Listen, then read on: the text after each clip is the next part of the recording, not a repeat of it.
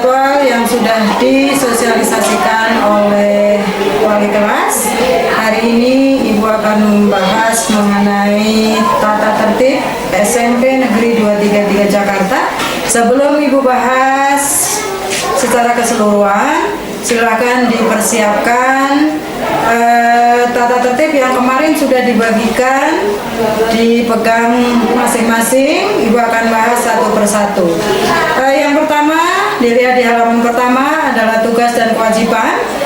Nomor 1, peserta didik wajib bertakwa kepada Tuhan Yang Maha Esa. Sudah jelas, kita semua adalah sudah bertakwa kepada Tuhan Yang Maha Esa.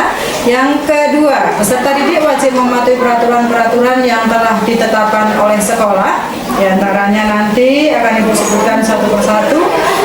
Yang ketiga, peserta didik harus sopan dan jujur dalam segala tindakan, perkataan, dan perbuatan. Keempat, peserta didik wajib mengikuti upacara bendera pada hari Senin pagi. Ini berarti yang harus mengikuti kegiatan upacara adalah yang masuk pagi. Ya, untuk sementara kelas 7 adalah di shift siang sehingga tidak harus mengikuti upacara hari Senin.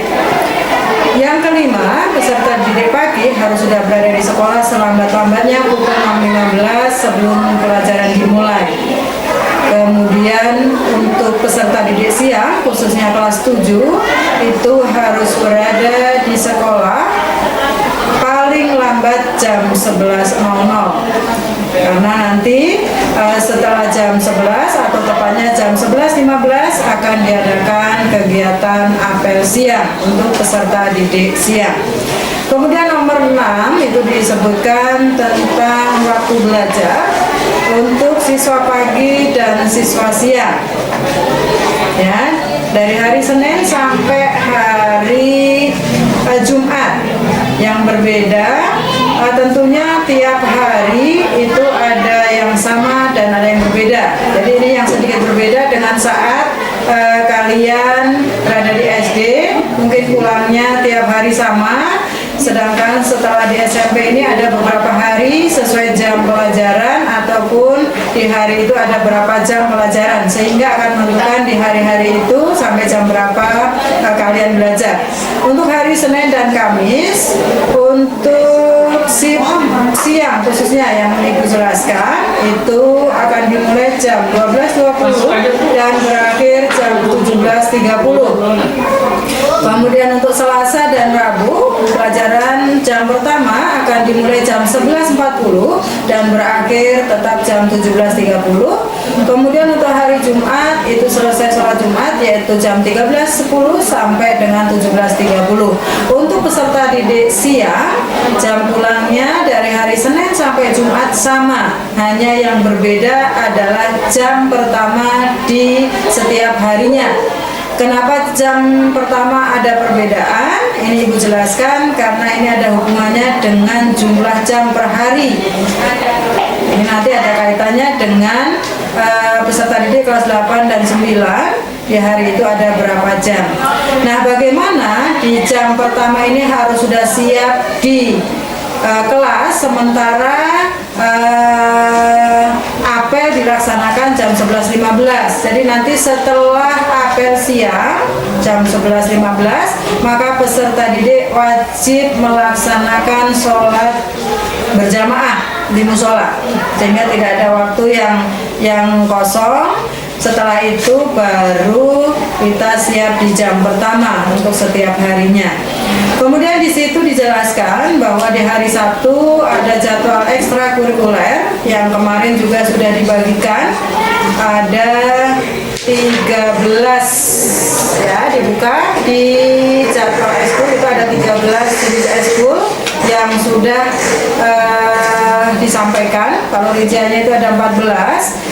Selain pramuka, berarti peserta didik nanti harus memilih salah satu. Kalau pramuka itu wajib, berarti semuanya harus ikut pramuka, ditambah dengan minimal satu pilihan eskul, dan semua kegiatan eskul dilaksanakan di hari Sabtu. Nanti sekolah sudah membagi sesuai dengan jam dari tiap kegiatan cabang eskul masing-masing. Kemudian yang ketujuh, yaitu pada saat pergantian jam pelajaran 5 menit sesudah bel berbunyi, ketua kelas atau piket wajib melapor ke guru piket jika Bapak Ibu guru yang memberikan pelajaran belum masuk kelas. Ini sudah jelas. Jadi ini nanti yang proaktif harus pengurus kelasnya. Kalau pengurus kelas lupa, berarti salah satu atau mewakili teman-temannya bisa menyampaikan sehingga tidak sampai terjadi keributan di kelas, langsung dikondisikan kelas, melapor ke Bapak Ibu guru yang piket. Kemudian yang kedelapan, peserta didik yang datang terlambat wajib lapor guru piket. Di SMP Negeri 233 Jakarta, setiap hari kita ada Bapak Ibu guru yang piket tiga orang. Ada nanti Bapak Ibu guru yang piket di lantai 1 ini, kemudian di lantai 2 dan di lantai 3. Biasanya kalau terlambat pasti akan bertemu dengan Bapak Ibu guru yang berada di lantai 1. Silakan dari Bapak Ibu guru piket nanti peserta didik yang terlambat meminta surat untuk izin masuk kelas. Kemudian yang ke-9, peserta didik pulang sebelum waktunya wajib meminta izin guru piket.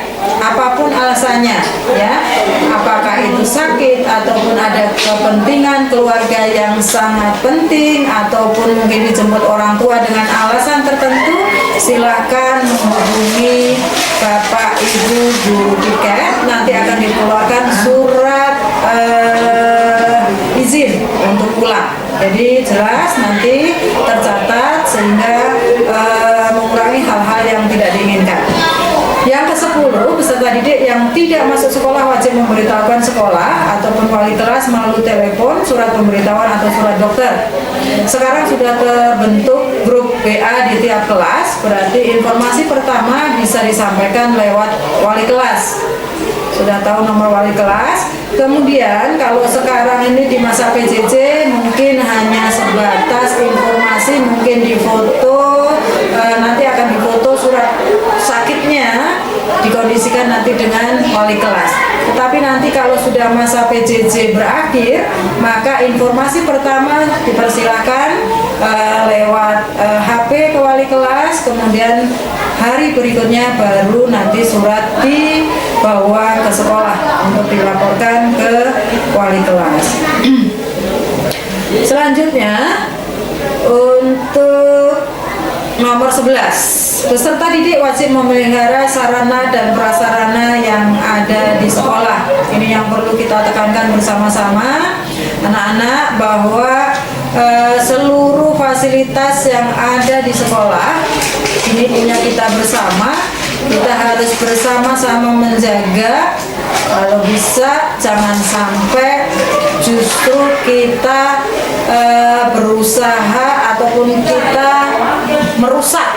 Nah, ini pengalaman yang paling sering dilakukan oleh teman-teman kalian yang terdahulu. Mudah-mudahan di kelas 7 tidak ada, ya. Hal-hal yang tidak perlu diikuti, dan tidak perlu dicontoh. Artinya bagaimana kalau di taman mungkin ada tanaman-tanaman bunga yang bagus, ya tamannya tidak usah isi, tidak usah diambil daunnya, tidak usah diambil bunganya. Kemudian di saat di kamar mandi, bagaimana kamar mandi bisa tercipta kamar mandi yang bersih, berarti tanggung jawab kita bersama.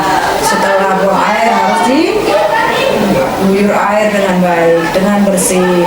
Bagaimana merawat keran dengan baik supaya keran tidak pada bocor semua.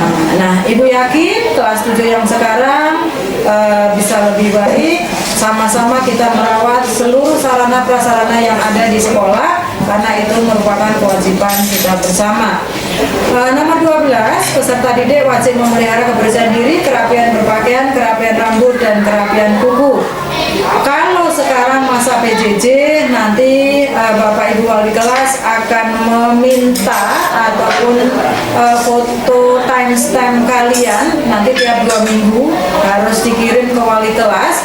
Tujuannya apa? Paling tidak Bapak Ibu guru bisa melihat kondisi peserta didik yang di rumah. Oh, rambutnya masih rapi, pakai seragamnya juga bisa rapi di saat PJJ, bukunya juga rapi. Nah, bagaimana nanti setelah di sekolah? Maka setiap hari Bapak Ibu yang ada di sekolah akan selalu mengecek, mengontrol tentang kerapian, cara berpakaian, bagaimana rambut, kemudian bagaimana kebersihan diri, baik kuku dan sebagainya. Itu akan diperhatikan secara langsung oleh Bapak Ibu guru yang ada di sekolah semua. Selanjutnya nomor 13 adalah seluruh peserta didik wajib mengikuti minimal satu jenis ekstrakurikuler. Tadi sudah Ibu jelaskan. Untuk pramuka itu wajib. Berarti tidak artinya seluruh peserta didik kelas 7 sudah otomatis harus ikut pramuka wajib. Nah, selain pramuka baru memilih satu di antara 13 ekskul yang ada untuk diikuti oleh peserta didik. Waktunya juga sudah disesuaikan, jadi tidak mungkin satu ekskul dengan ekskul lainnya akan bertabrakan. 14. Peserta didik dilarang membawa handphone berbasis multimedia ke sekolah. Di kertas atau yang sudah kalian pegang tentang tata tertib, di situ di blok hitam atau di garis bawah, ya, nomor 14. Artinya apa? Ini yang harus menjadi perhatian, sangat harus diperhatikan. Ini apalagi yang namanya HP multimedia. Ini sangat rentan sekali. Bu, kenapa sih tidak boleh bawa HP ke sekolah? Gitu ya, padahal itu untuk alat komunikasi boleh.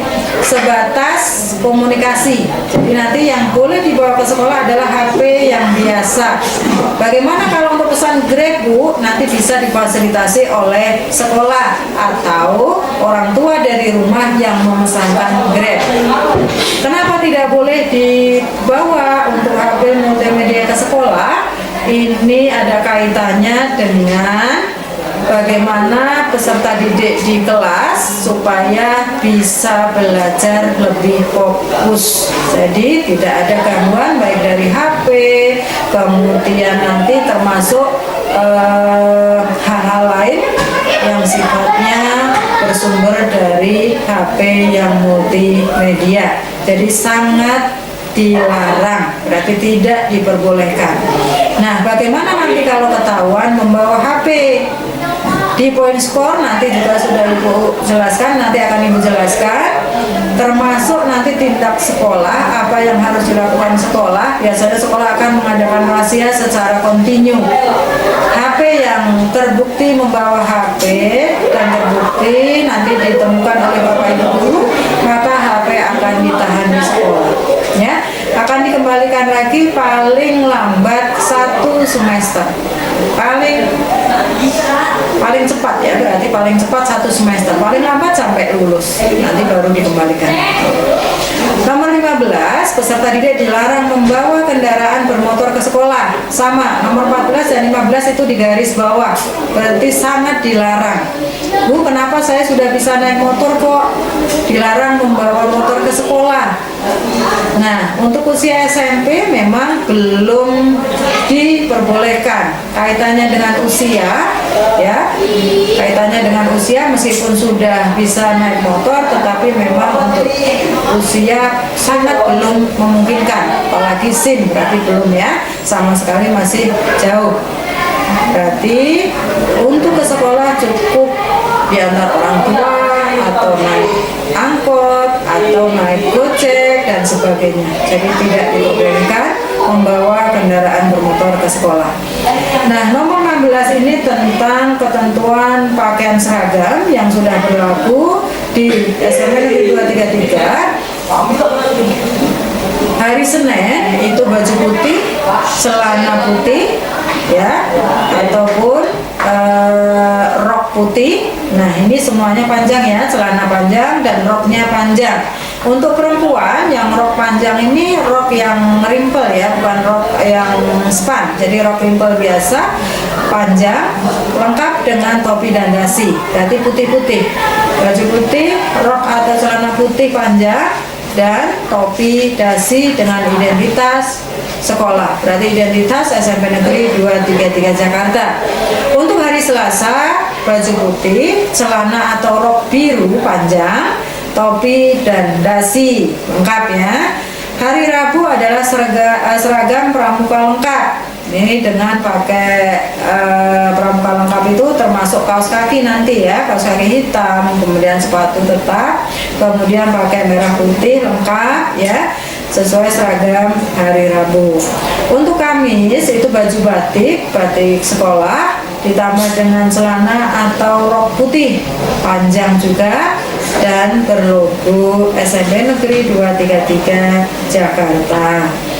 Untuk hari Jumat itu baju koko, biasanya baju koko ini juga berlogo 233, kemudian celana dan rok biru panjang ya. Untuk peserta didik muslim di hari Jumat ada wajib memakai jilbab. Nah, bagaimana dengan sepatu, kemudian ikat pinggang, kaos kaki? Diperhatikan di nomor 16 poin ke-6 ya. Sepatu hitam warrior panjang, ikat pinggang hitam ya, ikat pinggang ini ikat pinggang berlogo ya. Kaos kaki putih panjang kecuali hari Rabu. Jadi yang berbeda untuk kaos kaki adalah hari Rabu, yaitu kaos kaki warna hitam dan ikat pinggangnya juga warna coklat ya. Itu untuk hari Rabu. Bagaimana dengan hari Sabtu di saat ekskul ya? Lihat di poin 7. Di saat ekskul itu menyesuaikan dengan jenis ekskul yang diikuti oleh peserta didik. Kalau ekskul yang diikuti saat itu pramuka, berarti harus memakai seragam pramuka lengkap. Bagaimana dengan ekskul misalnya silat, berarti seragam silat. Bagaimana dengan ekskul bulu tangkis, berarti seragam olahraga untuk cabang bulu tangkis. Jadi menyesuaikan sesuai dengan cabang yang diikuti oleh peserta didik. Nah, untuk praktek olahraga nanti sudah ditentukan. Untuk praktek olahraga adalah kaos olahraga atau celana olahraga berlogo SMP Negeri 233 Jakarta. Nomor 17 dibuka di halaman berikutnya adalah peserta didik dilarang memakai perhiasan atau aksesoris. Ini biasanya yang sangat banyak ditemukan nanti adalah untuk putra. Biasanya sering masih banyak ada yang pakai gelang-gelang yang tidak penting. Itu juga tidak boleh. Bagaimana dengan yang putri, Bu? Putri juga tidak diperbolehkan memakai perhiasan atau aksesoris yang berlebihan. Untuk di sekolah tidak perlu pakai aksesoris. Nah, ada bagaimana kalau boleh, Bu? Ada yang tidak pakai jilbab. Misalnya ada yang pakai kalung ya. Sebatas kita masih belajar, tidak usah dipakai saja. Jadi kita memang untuk di 233 tidak diperkenankan untuk memakai perhiasan atau aksesoris. Ini semua demi keselamatan dari anak-anak semua. Nah, untuk peserta didik putri ini yang sudah mulai belajar dandan bagaimana? Tidak boleh juga. Misalnya pakai lipstik, pakai lip gloss yang berwarna juga tidak diperbolehkan ya. Nomor 18, peserta didik muslim putra wajib mengikuti sholat Jumat berjamaah yang diselenggarakan oleh sekolah dengan jadwal yang sudah ditentukan secara bergiliran. Untuk peserta didik kelas 7, setiap hari Jumat berarti wajib mengikuti sholat Jumat di sekolah. Jadi setelah apel jam 11, maka langsung menuju ke musola untuk persiapan sholat Jumat. Bagaimana dengan peserta didik putri di saat peserta didik putra sholat Jumat? Peserta didik putri nanti untuk hari Jumat untuk mengisi kegiatan ada kegiatan rohis atau keputrian. Nah, di situ bisa diikuti oleh seluruh peserta didik putri yang beragama Islam. Bu, bagaimana dengan yang beragama non-Islam? Contohnya misalnya Kristen. Di hari itu juga sudah difasilitasi nanti ada kegiatan rohani Kristen. Jadi semuanya terkondisi dengan baik sehingga situasi di hari Jumat, di saat sholat Jumat, di saat keputrian, di saat rokis, semuanya sudah terkondisi dengan baik. 19. Peserta didik wajib mengikuti apel pagi atau siang setiap hari. Tadi sudah Ibu jelaskan. Kalau untuk peserta didik pagi berarti maksimal jam 6.15 sudah harus di sekolah, dan untuk peserta didik siang itu maksimal 11.15. Kalau tadi yang di awal itu sampaikan jam 11 sudah di sekolah, karena apa? Jam 11.15 sudah apel sehingga tidak terburu-buru ya. Nomor 20, peserta didik siang yang muslim wajib mengikuti sholat duhur berjamaah, hari Senin sampai Kamis. Untuk sholat Jumat dan sholat asar berjamaah setiap hari. Ini setiap hari pasti akan dilaksanakan untuk sholat duhur dan akan dipimpin oleh bapak guru khususnya. Bagaimana dengan yang putri, Bu? Sama, bisa sholat berjamaah juga, nanti akan dipimpin oleh ibu guru. Nomor 21, peserta didik yang melanggar norma agama dan susila akan dikenakan sanksi. Sanksinya nanti akan disesuaikan dengan poin skor yang sebentar lagi nanti akan Ibu sosialisasikan bersama. 22, peserta didik dilarang membawa alat-alat yang dapat merusak, mengotori fasilitas sekolah. Nah, ini juga sangat perlu diperhatikan oleh anak-anak. Artinya alat-alat yang kira-kira tidak dibutuhkan untuk kegiatan belajar mengajar di sekolah ya tidak usah dibawa, sehingga itu akan riskan sekali untuk hal-hal yang merusak ya atau mengotori fasilitas sekolah.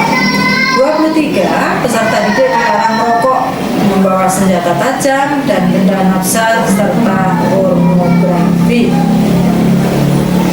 Di surat pernyataan kemarin yang sudah diisi, tanda tangan bermaterai sudah jelas di situ, sudah disampaikan, peserta didik sudah tanda tangan, orang tua sudah tanda tangan, menyatakan kesiapan untuk mengikuti tata tertib sekolah dan juga tentang nafsa itu sudah tanda tangan.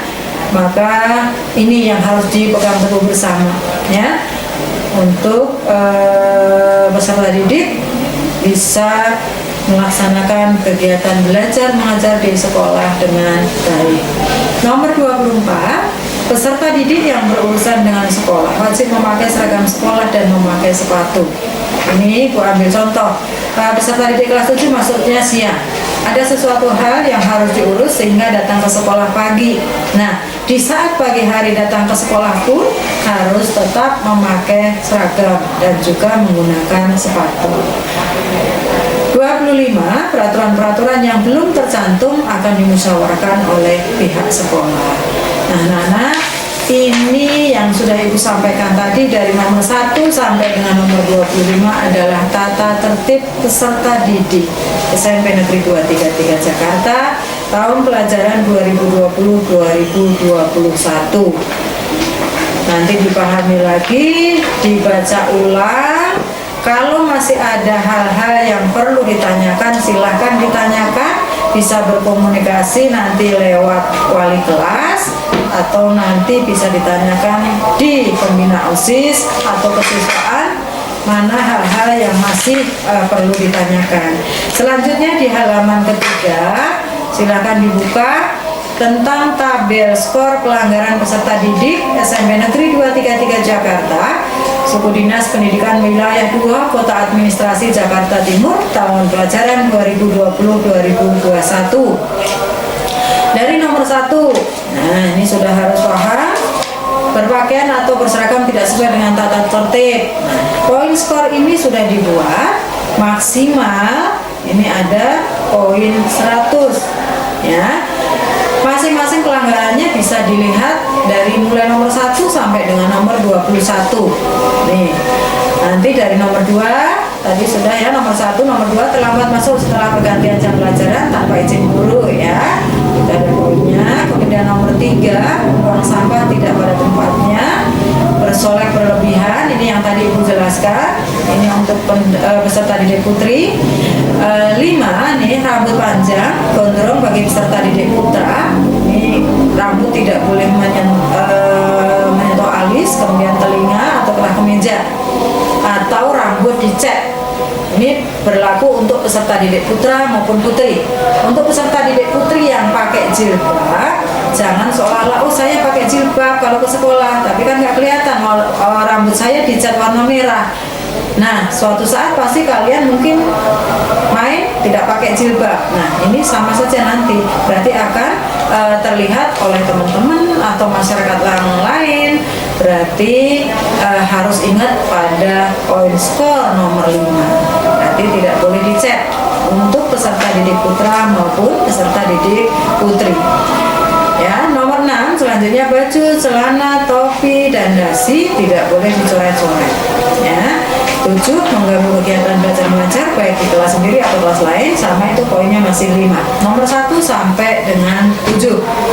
Kemudian dilihat di nomor 8 sama 9. Poin hal apa yang mendapatkan poin 10? Tidak mengerjakan tugas atau PR dan berada di luar kelas pada saat jam pelajaran tanpa izin piket.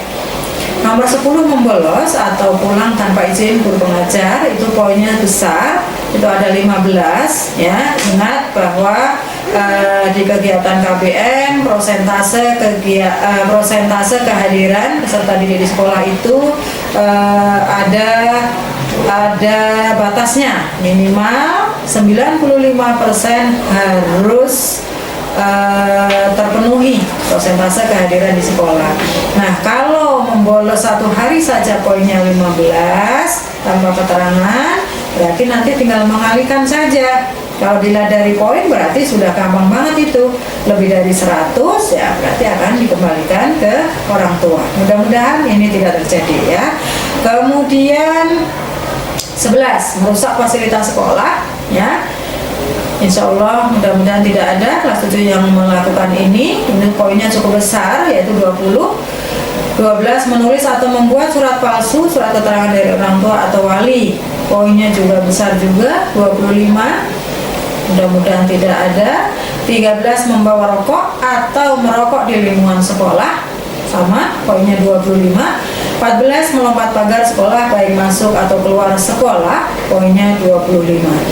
Nah, selanjutnya ini yang Ibu warning banget atau sangat Ibu ingatkan, poin-poin yang sangat besar ini jangan sampai dilaksanakan oleh peserta didik ya, dari mulai nomor 15 sampai dengan nomor 27, apalagi nomor 21 sampai 27 ya. Itu poin-poin yang sangat besar, itu sudah di atas 75, maka akan dikomunikasikan kembali dengan orang tua ya.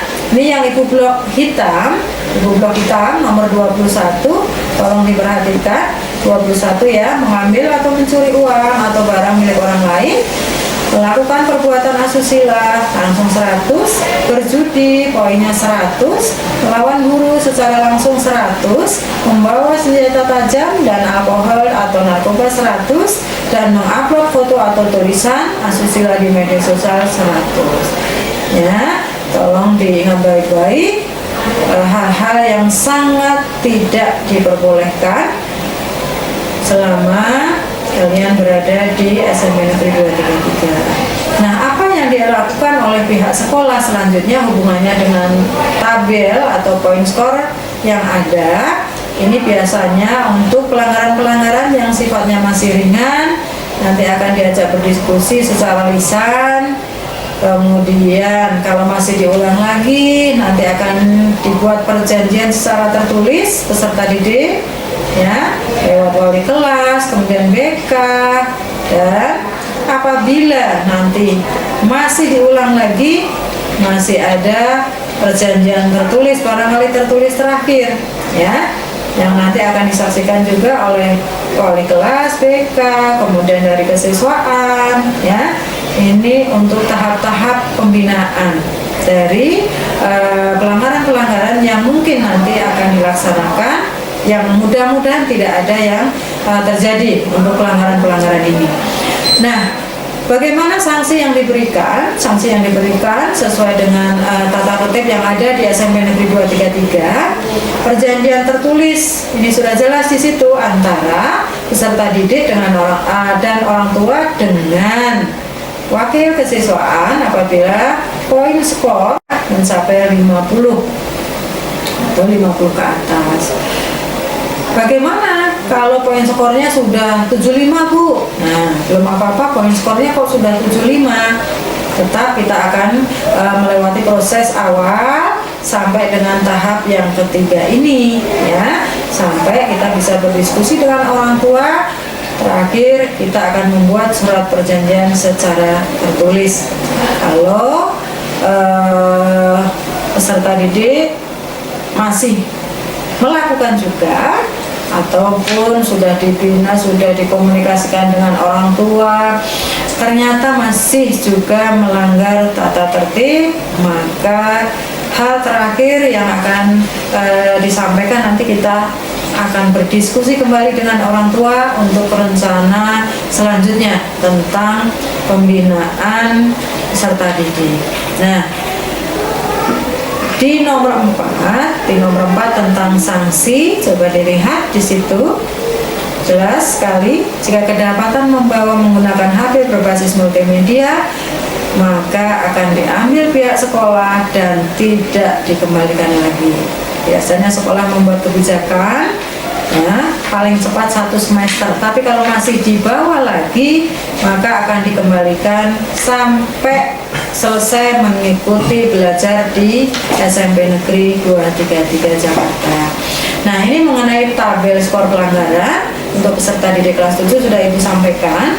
Nanti kalau memang ada yang belum jelas, sekali lagi bisa ditanyakan melalui wali kelas atau BK, atau nanti akan bisa ditanyakan juga ke pembina OSIS, kemudian di kesiswaan, tapi nanti bisa lewat wali kelas dulu. Selama kegiatan PJJ maka bisa dikomunikasikan dengan wali kelas masing-masing. Nanti ada tindak lanjut selanjutnya. Nah, di SMP Negeri 233 Ibu informasikan bahwa setiap hari ada kegiatan pembiasaan. Ini memang yang dari hari Senin sampai Jumat yang dilaksanakan oleh peserta didik kelas 9 dan kelas 8 yang khususnya yang masuk pagi ya. Untuk hari Senin biasanya kita upacara bendera rutin, hari Selasa itu ada kegiatan tadarus, kemudian hari Rabu itu ada kegiatan literasi, hari Kamis literasi lagi untuk praktek literasinya, hari Jumat tadarus. Kalau untuk kegiatan pagi, semua pembiasaan dimulai jam kurang lebih jam 6, sehingga nanti jam 6.30 sudah selesai, 6.30 sudah siap di kelas masing-masing. Bagaimana Bu dengan peserta didik yang masuk siang? Kegiatan pembiasaannya nanti akan diatur sesuai jadwal. Di siang hari tidak mungkin tadarus akan dilaksanakan di siang hari karena pasti akan panas, maka nanti kegiatan pembiasaan dialihkan di akhir, berarti di jam ke-8. Termasuk kegiatan literasi nanti sudah diatur oleh pihak sekolah, dijadwal sesuai dengan kelas masing-masing. Nanti akan diberitahukan setelah kondisi belajar kita normal kembali. Untuk sementara kegiatan literasi selama PJJ nanti dilaksanakan di rumah masing-masing. Itu yang bisa Ibu sampaikan tentang tata tertib dan poin yang berlaku di SMP Negeri 233 Jakarta. Sekali lagi Ibu ucapkan selamat untuk peserta didik kelas 7, selamat atas diterimanya di SMP Negeri 233 Jakarta. Selamat bergabung di SMP 233 Jakarta. Mudah-mudahan bisa mewarnai dengan prestasi. Itu harapan kami semua dari sekolah. Tunjukkan prestasi di SMP 233. Tetap semangat, menunjukkan yang terbaik buat sekolah. Itu harapan kami dari sekolah. Selamat berjuang, harus tetap semangat meskipun di situasi pandemi saat ini dengan sistem belajar yang jarak jauh, dan tetap jaga kesehatan. Terima kasih. Wassalamualaikum warahmatullahi wabarakatuh.